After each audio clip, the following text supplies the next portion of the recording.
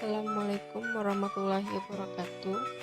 Perkenalkan, nama saya Putri Pujiana Lestari dengan NIM 18233087 dari jurusan Manajemen Pajak, Fakultas Ekonomi Universitas Negeri.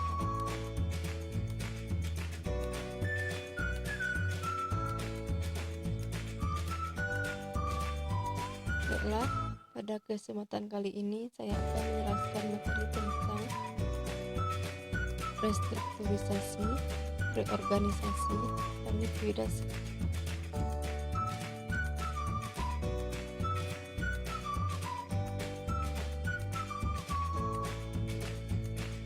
Yang pertama yaitu restrukturisasi. Restrukturisasi adalah kegiatan untuk merubah struktur perusahaan. Dalam arti ini bisa membesar atau makin kecil. Restrukturisasi yang semakin membesar karena dalam kegiatan ini perusahaan bisa melakukan integrasi vertikal untuk mengamankan bahan bakunya.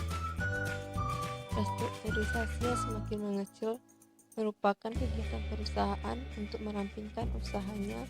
Sebagai akibat ini, kegiatan tersebut tidak ekonomis atau karena kesulitan keuangan yang dialami perusahaan.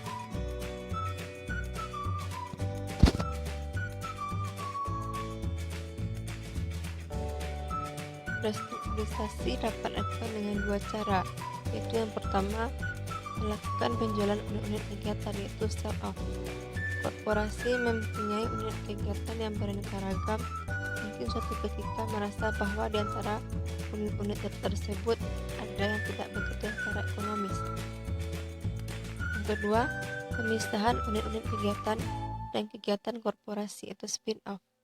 Cara spin-off dilakukan bila unit kegiatan tersebut kemudian dipisahkan dari korporasi dan berdiri sebagai suatu perusahaan yang terpisah.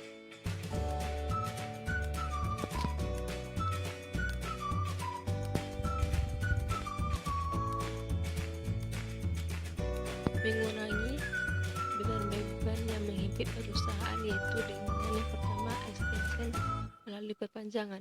Kreditor bersedia memperpanjang masa jatuh tempo hutangnya. Kedua, oposisi dilakukan melalui perubahan nilai hutang. Yang ketiga, call prepaid. Perusahaan menarik diri untuk tidak terdaftar lagi di pasar modal. Hal ini dilakukan dengan membeli saham yang sudah dipublish.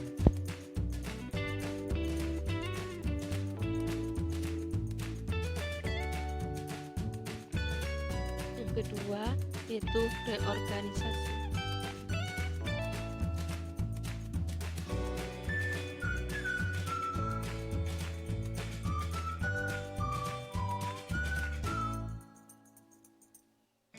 Reorganisasi perusahaan adalah upaya yang dilakukan perusahaan untuk agar kinerjanya tidak semakin menurun karena suatu hal. Reorganisasi dalam aspek finansial dilakukan untuk memperkecil beban finansial yang tetap sifatnya.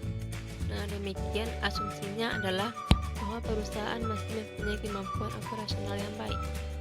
Ini berarti bahwa kegiatan operatif masih mampu menutup biaya-biaya operasi.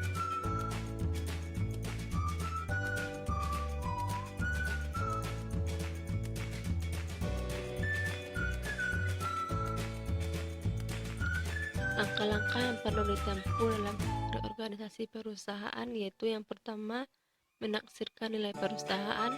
Yang kedua, menentukan struktur pendanaan. Yang ketiga, menentukan nilai sekuritas yang baru.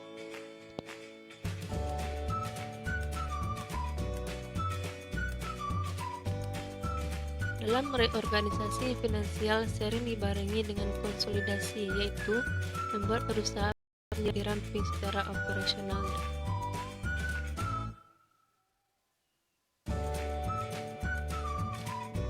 Yang ketiga yaitu likuidasi.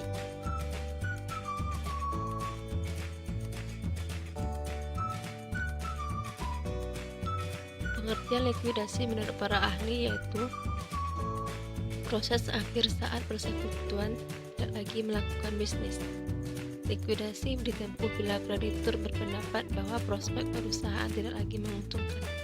Walaupun ditambah modal atau berubah kredit menjadi penyertaan, tidak terlihat membaiknya kondisi perusahaan.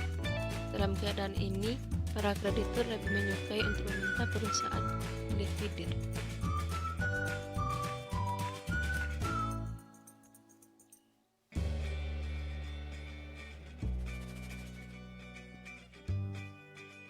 Likuidasi ditempuh bila kreditur berpendapat bahwa prospek perusahaan tidak lagi menguntungkan.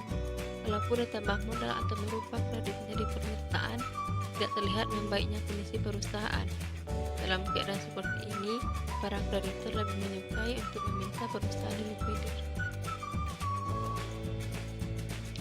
Likuidasi umumnya dilakukan dengan prioritas, yaitu pertama, kewajiban terhadap para karyawan atau hutang umpanan gaji dipenuhi terlebih dahulu. Yang kedua, kewajiban terhadap pemerintah atau hutang pajak dipenuhi. Yang ketiga, aktiva yang digunakan, dijual dan dipakai untuk melunasi hutang-hutang yang dijamin dengan yang digunakan tersebut. Apabila hasil penjualan aktiva tersebut mencukupi, maka sisanya dapat dipergunakan untuk melunasi kredit umum. Sebaliknya, apabila tidak mencukupi, kekurangannya menjadi kredit umum.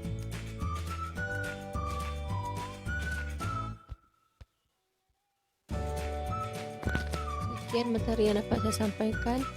Salah dan janggal saya mohon maaf. Assalamualaikum warahmatullahi wabarakatuh.